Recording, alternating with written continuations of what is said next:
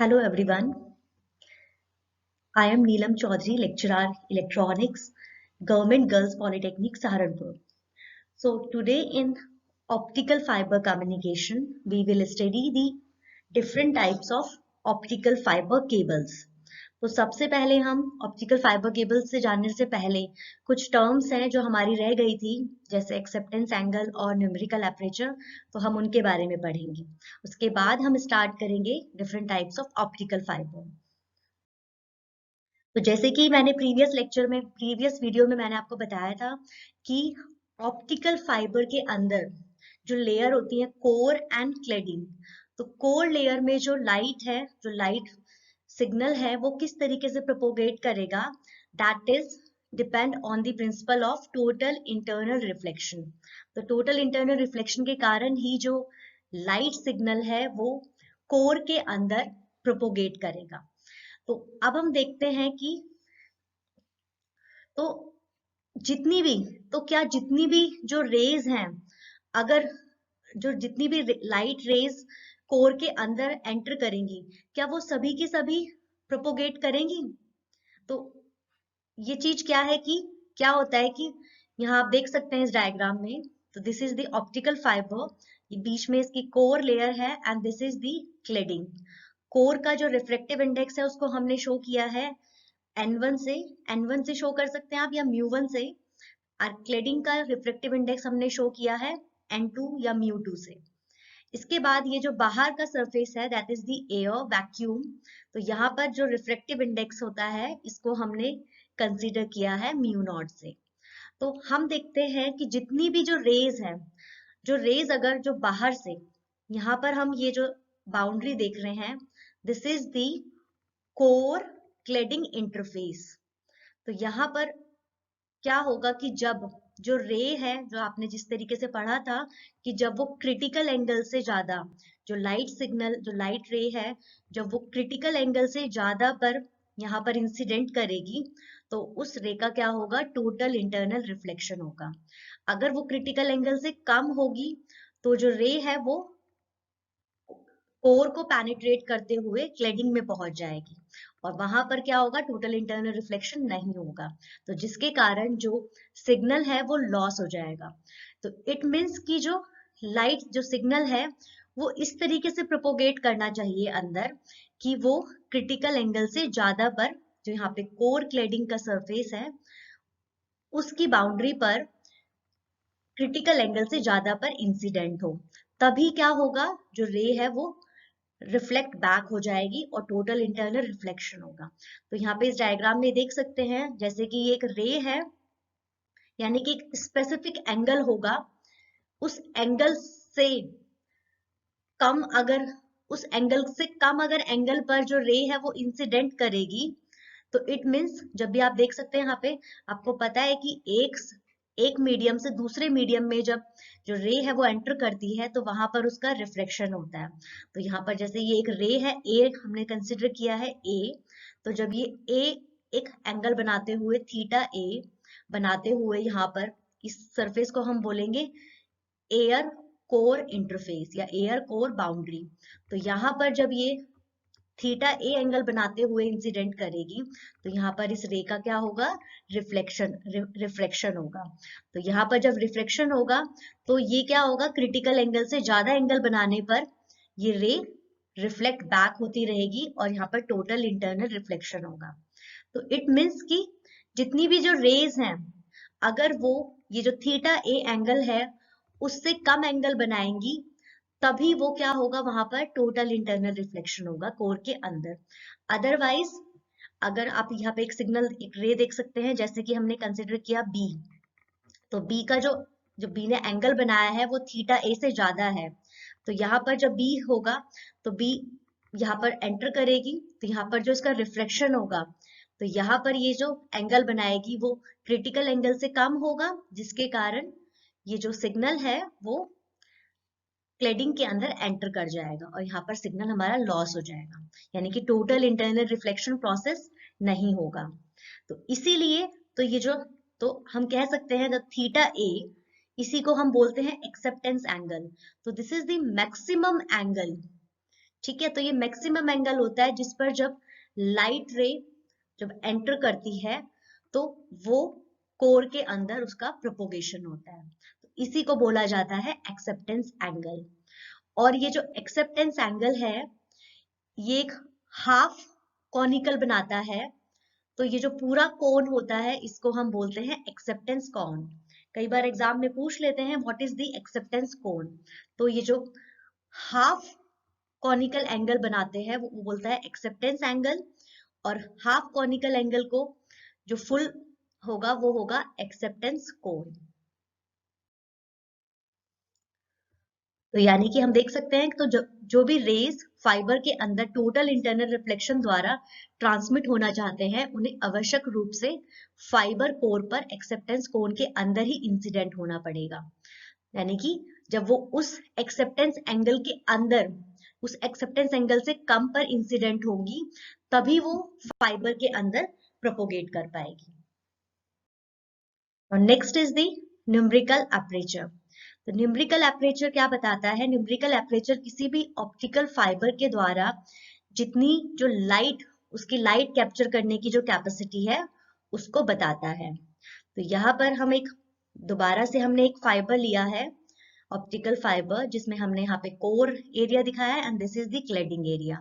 तो कोर का जो रिफ्रेक्टिव इंडेक्स है दैट इज द μ1 और क्लेडिंग का रिफ्रेक्टिव इंडेक्स है μ2। और यहाँ पर ये जो बाहर है जो वैक्यूम है या एयर है इसका हमने रिफ्रेक्टिव इंडेक्स लिया है μ0। ठीक है, और μ0 की वैल्यू आप सभी को पता है that is equal to the 1। ठीक है, तो यहाँ पर हम देखते हैं कि क्या होगा कि जब कोई जो रे है वो एयर से, ठीक है, μ0 रिफ्रेक्टिव इंडेक्स से यहाँ पर कोर के अंदर इंसिडेंट करेगी, तो कोर के अंदर इंसिडेंट करेगी तो यहाँ पर वो क्या होगा उसका टोटल इंटरनल रिफ्लेक्शन होगा। इसका हम डेरिवेशन देख सकते हैं। ठीक है, तो जैसे कि हमने एक लास्ट उसमें पढ़ा था साइन थीटा 2 जो होता है, two two means 2 is for the cladding, 1 is for the core and μ0 is the refractive index for the air. तो sine theta 2 is equal to होता है μ0 अपॉन μ1। तो स्नेल्स लॉ के अकॉर्डिंग क्या होता है कि जब भी जो कोई जो रे है वो एक मीडियम से दूसरे मीडियम में इंसिडेंट करती है तो उसका refractive index into sine of that angle बराबर होता है दूसरे मीडियम के। तो यहाँ पर μ0 हम एयर और कोर का अगर हम देखेंगे तो this is for the air and this is for the core. तो μ0 sine theta naught is equal to μ1 sine theta 1। ठीक है, तो यहाँ पर ये जो साइन थीटा 2 है हमें ऑलरेडी पता है, हमने पहले निकाल लिया था μ0 अपॉन μ2 अपॉन μ1 है। ठीक है, अब देखिए कि साइन को जो साइन होता है उसको हम क्या लिख सकते हैं? साइन थीटा हमें पता है sine theta square plus cos theta square is equal to the 1। तो हम अगर साइन थीटा 1 को हम लिख सकते हैं 1 माइनस कॉस स्क्वायर थीटा 1। ठीक है, तो यहाँ पर ये जो कॉस थीटा 1 है, ठीक है, कॉस थीटा 1 की जो वैल्यू है वो है साइन थीटा 2। अब ये किस तरीके से है साइन थीटा 2? आप यहाँ पर इस डायग्राम में देखेंगे तो डायग्राम में जो था जो एंगल बना रहा था थीटा 1 एंड थीटा 2, तो हमें पता है हम इसको लिख सकते हैं साइन थीटा को, यहाँ पे नहीं दिया हुआ लिख देती हूँ।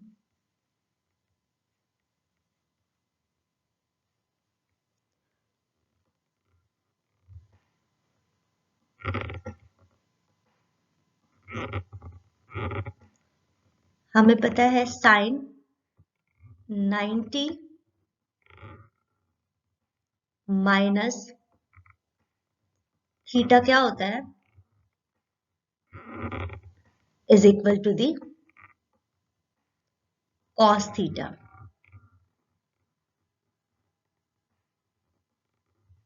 ठीक है, sine 90 minus theta is equal to the cos theta.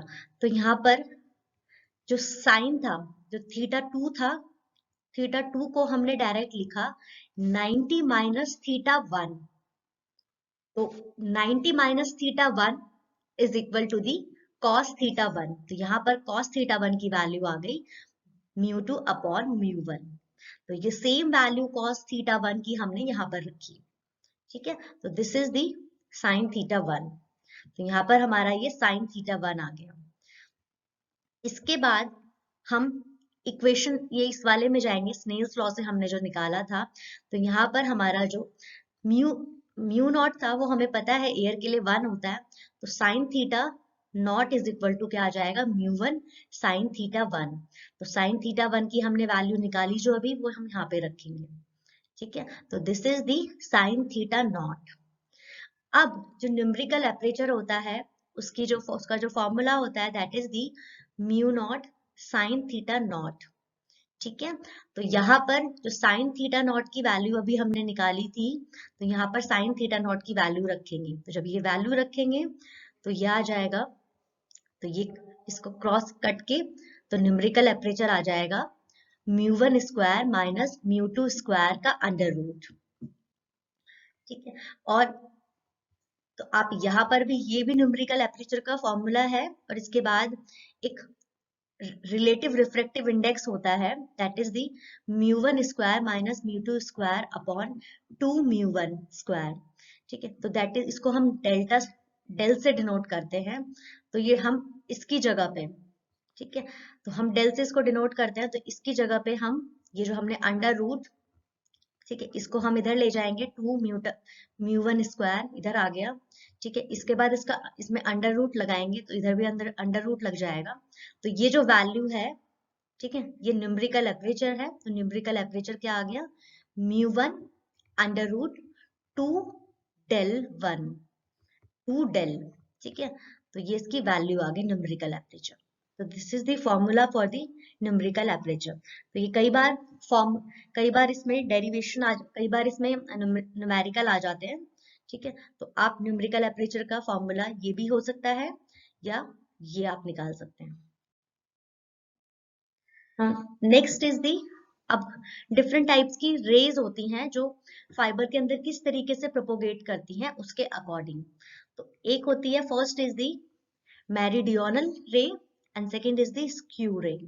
तो मेरिडियनल रे जो होती हैं वो क्या करती हैं, जो आप यहाँ पे डायग्राम में देख सकते हैं कि कोर के अंदर जो कोर की एक्सिस है, ठीक है, तो कोर की एक्सिस के अंदर इस तरीके से प्रोपोगेट करती हैं, ठीक है। That is the meridional rays. And next is the skew ray. Skew ray fibre के एक्सिस के अलोंग इस तरीके से प्रोपोगेट करती है। तो आप देख सकते हैं ये एक हेलिकल पाथ बनाती है, एक जिगजैग पाथ बनाती है। तो इसका जो अगर हम टॉप व्यू देखें तो इस तरीके से दिखाई देता है, ठीक है। और ये फाइबर के अलोंग इस तरीके से एक्सेस करती है।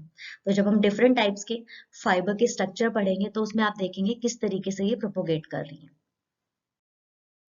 Now next is the classification of optical fibre.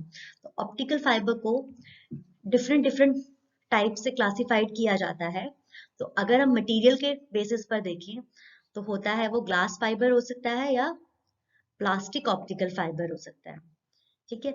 Next is the index profile के बेसिस पर, कि जो उसका रिफ्रैक्टिव इंडेक्स होता है, ठीक है, उसके बेसिस पर ऑप्टिकल फाइबर टू टाइप्स के होते हैं, step index fibre and graded index fibre.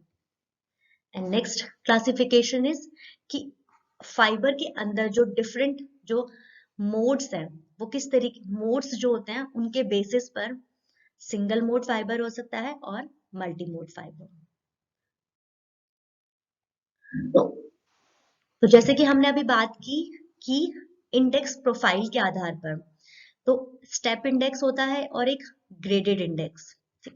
तो एक जनरल एक वो देख लेते हैं, उसके बाद हम इनको डिटेल में पढ़ेंगे। तो स्टेप इंडेक्स फाइबर में क्या होता है कि जैसे कि हमें पता है जो कोर है उसका रिफ्रैक्टिव इंडेक्स एक यूनिफॉर्म रिफ्रैक्टिव इंडेक्स होता है, जिसे हम डिनोट करते हैं μ1 से। और जो क्लेडिंग है उसका भी एक यूनिफॉर्म रिफ्रैक्टिव इंडेक्स होता है। यूनिफॉर्म मीन्स कि पूरे कोर में या पूरे क्लेडिंग में एक समान रिफ्रैक्टिव इंडेक्स। तो वहां पर क्या होता है कि जैसे ही हम कोर से कोर और क्लेडिंग के बीच में जो कोर क्लेडिंग सरफेस है वहां पर एकदम से सडन जो रिफ्रैक्टिव इंडेक्स है वो चेंज होता है। तो इस टाइप के जो फाइबर होते हैं वो होते हैं स्टेप इंडेक्स फाइबर। ठीक है। और अगर क्या है कि जो ग्रेडेड इंडेक्स फाइबर में क्या होता है कि जो क्लेडिंग है उसका रिफ्रैक्टिव इंडेक्स तो यूनिफॉर्म रहता है, एक समान रहता है, लेकिन जो कोर है उसमें जो रिफ्रैक्टिव इंडेक्स है वो क्या होता है, वो नॉन यूनिफॉर्म होता है। इट मीन्स एक समान नहीं होता है। वहां पर क्या होता है कि जो सेंटर है, जो उसकी एक्सिस है, वहां से जो रिफ्रैक्टिव इंडेक्स धीरे धीरे ग्रेजुअली कम होता है, धीरे धीरे कम होता है। तो ये वाले जो फाइबर होते हैं उन्हें हम कहते हैं ग्रेडेड इंडेक्स फाइबर। ठीक है। अब इसी प्रकार से जो ऑप्टिकल फाइबर है इसके अंदर जो वेव्स जो सिग्नल जो ट्रांसमिट होता है वो इलेक्ट्रोमैग्नेटिक वेव्स के रूप में जो ट्रांसमिट होता है, तो उसमें डिफरेंट मोड्स होते हैं। ठीक है। तो ये मोड्स किस तरीके से, अगर एक सिंगल मोड उसके अंदर ट्रांसमिट करता है कोर के अंदर, तो वो होता है सिंगल मोड ऑप्टिकल फाइबर। और अगर उसके अंदर, कोर के अंदर या फाइबर के अंदर more than one mod transmit करते हैं या प्रोपोगेट करते हैं, तो वो होता है मल्टी मोड ऑप्टिकल फाइबर। तो सबसे पहले हम बात कर लेते हैं स्टेप इंडेक्स ऑप्टिकल फाइबर की। तो स्टेप इंडेक्स ऑप्टिकल फाइबर में जैसे कि अभी मैंने आपको बताया कि जो कोर है उसमें उसका जो रिफ्रैक्टिव इंडेक्स है μ1 वो एक समान रहता है, यूनिफॉर्म रहता है। इसी तरीके से जो क्लेडिंग है उसमें जो रिफ्रैक्टिव इंडेक्स है μ2 वो भी क्या होता है, यूनिफॉर्म होता है, एक समान होता है। लेकिन जो रिफ्रैक्टिव इंडेक्स क्लेडिंग का होता है वो थोड़ा कम रखा जाता है, μ2 इज लेस देन μ1। ठीक। तो क्या होता है, कोर क्लेडिंग इंटरफेस पर जो रिफ्रैक्टिव इंडेक्स है वो सडन चेंज होता है। तो इसी को हम बोलते हैं स्टेप इंडेक्स फाइबर। तो स्टेप इंडेक्स फाइबर में अगर स्टेप इंडेक्स प्रोफाइल अगर हम देखें, ठीक है, तो क्या होता है ये एन वन हो सकता है μ1। ठीक है। हम जो रिफ्रैक्टिव इंडेक्स है कहीं पर हमने म्यू से शो किया और कहीं पर हमने एन से शो किया। ठीक है। तो वो सेम थिंग है। तो जो रिफ्रैक्टिव इंडेक्स प्रोफाइल है वो कोर के लिए क्या होगी, μ1 या n1। इसी तरीके से क्लेडिंग के लिए होगी n2। ठीक है। तो जो स्टेप इंडेक्स फाइबर है इसी का जो क्लासिफिकेशन है, इसी को हमने जो स्टेप इंडेक्स जो हमने बताया है कि जो कोर है और जो क्लेडिंग है उनका जो रिफ्रैक्टिव इंडेक्स है वो यूनिफॉर्म है। तो इसी के बेसिस पर स्टेप इंडेक्स फाइबर को दो में क्लासिफाइड किया गया, single mode step index fibre and multi mode step index fibre. तो single mode step index fibre, तो अभी हमने स्टेप इंडेक्स फाइबर पढ़ा कि स्टेप इंडेक्स फाइबर में जो कोर है और क्लेडिंग है उन दोनों का जो रिफ्रैक्टिव इंडेक्स है वो एक समान होता है। ठीक है। तो अब हम बात करें अगर सिंगल मोड, तो सिंगल मोड मीन्स कि सिंगल मोड में सिर्फ एक सिग्नल या एक एक ही एक टाइम पर या एक ही सिग्नल, एक वेवलेंथ का सिग्नल वो एक ही बार ट्रांसमिट, मतलब एक ही सिग्नल ट्रांसमिट होगा। ठीक है। तो इसका स्ट्रक्चर देख लेते हैं। तो यहाँ पे ये जो है, ठीक है, जो कोर का जो हमने डायमीटर शो किया है वो ए से शो किया है। ठीक है। तो यहाँ पर जो कोर है आप देख सकते हैं, तो जो कोर है इसका जो डायमीटर है वो क्या है, 2 to 10 माइक्रोमीटर के बीच में लाई करता है। ठीक है। ये बहुत ही पतला सा एक, ठीक है, इसमें जो कोर एरिया होता है वो बहुत ही पतला सा होता है क्योंकि हमें एक सिंगल मोड ही ट्रांसमिट कराना है। ठीक है। ये कोर है, this is the core area and this is the cladding area. तो यहाँ पर हम देख सकते हैं इसका जो न्यूमेरिकल एपरेचर होगा वो क्या होगा, छोटा होगा, कम होगा। अब यहाँ पर जब सिंगल मोड ही हम ट्रांसमिट कर रहे हैं, यानी कि एक ही सिग्नल इस तरीके से ऐसे ट्रांसमिट होगा, तो यहाँ पर जब सिंगल मोड ट्रांसमिट होगा तो इट मीन्स कि यहाँ पर कोई भी डिस्पर्शन नहीं होगा, या आप कह सकते हो कि कोई भी जो डेटा है, जो सिग्नल है वो लॉस नहीं होगा क्योंकि उनके बीच में कोई इंटरफेरेंस नहीं होगा। ठीक है। और इसी जो step single mode step index fibre है इसको हम लॉन्ग डिस्टेंस कम्युनिकेशन के लिए यूज कर सकते हैं, क्योंकि यहाँ पर क्या है कि किसी इसमें सिग्नल में इंटरफेरेंस नहीं होगा। तो हम बोल सकते हैं यहाँ पर जो लॉस है, सिग्नल का लॉस है, वो कम होगा, और जो डेटा रेट है वो हाई डेटा रेट होगा। तो ये इसका स्ट्रक्चर होता है single mode step index fibre. Next is the multi mode step index fibre. तो अभी हम वही सेम चीज बात कर रहे हैं, स्टेप इंडेक्स फाइबर। तो जैसे कि अभी बताया था कि जो कोर है और क्लेडिंग है, उनमें जो रिफ्लेक्टिव इंडेक्स होगा वो यूनिफॉर्म होगा, एक समान होगा। अब मल्टी मोड में क्या होगा कि एक ही टाइम पर डिफरेंट वेवलेंथ के सिग्नल को ट्रांसमिट किया जाएगा। ठीक है, आप देखो यहाँ पे इधर देख सकते हैं, यानी कि हमें डिफरेंट मोड हमें इसमें ट्रांसमिट करने हैं, मोर देन वन मोड हम ट्रांसमिट करेंगे।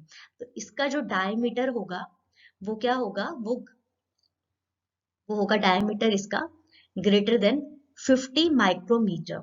This is the core area and this is the cladding area. तो आप देख सकते हो जो कोर एरिया है वो ज्यादा चौड़ाई है उसकी।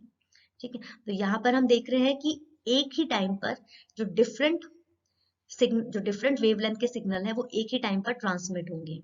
ठीक है, तो ये जो है यहाँ पे आप देख सकते हैं कि इसका जो न्यूमेरिकल एपरेचर है दैट इज लार्ज, वो ज्यादा होता है।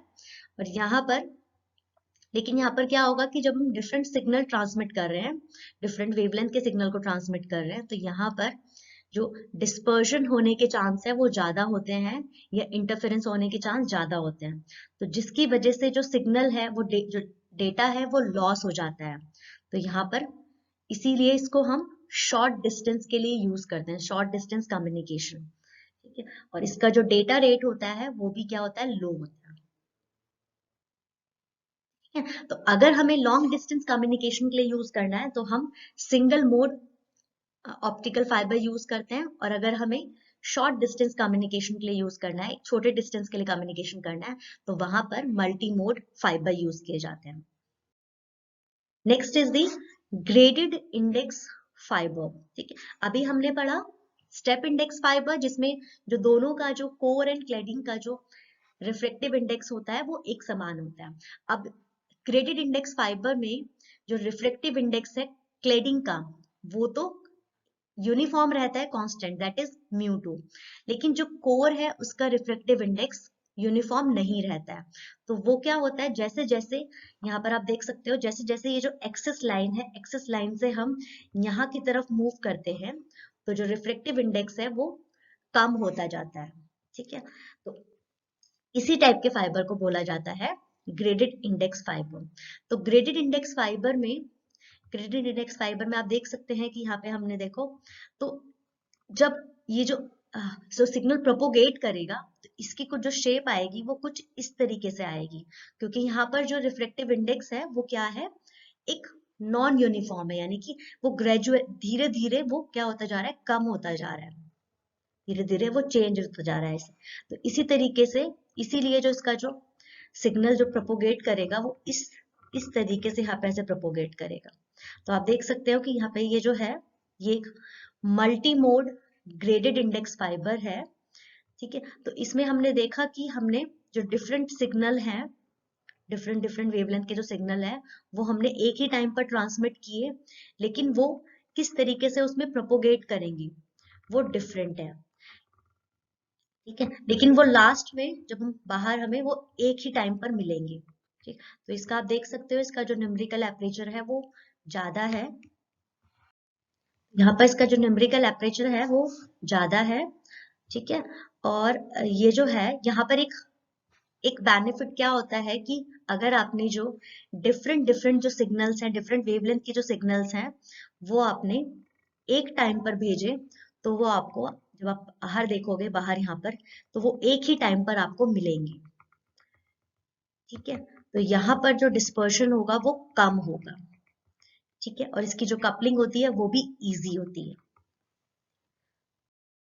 तो this is all about the optical fibre. ठीक है, नेक्स्ट लेक्चर में हम पढ़ेंगे लॉसेस, ऑप्टिकल फाइबर में लॉसेस किस टाइप के होते हैं। Thank you.